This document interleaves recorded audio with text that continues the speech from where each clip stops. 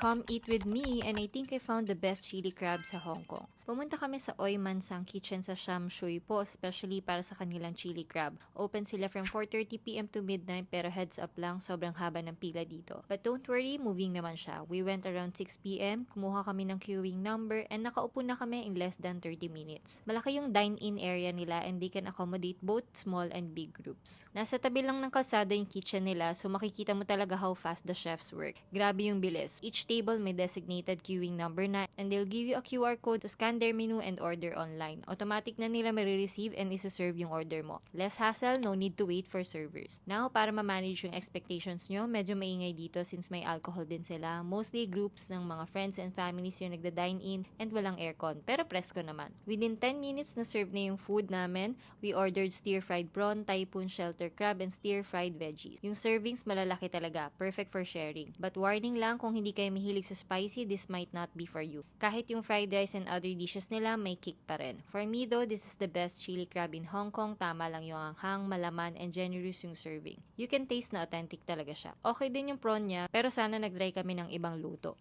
Yung veggies naman help balance out yung spiciness. Overall, we spent 574 Hong Kong dollars and it was totally worth it. Definitely going back here, and I think mas may enjoy nyo to kung marami kayong kasama.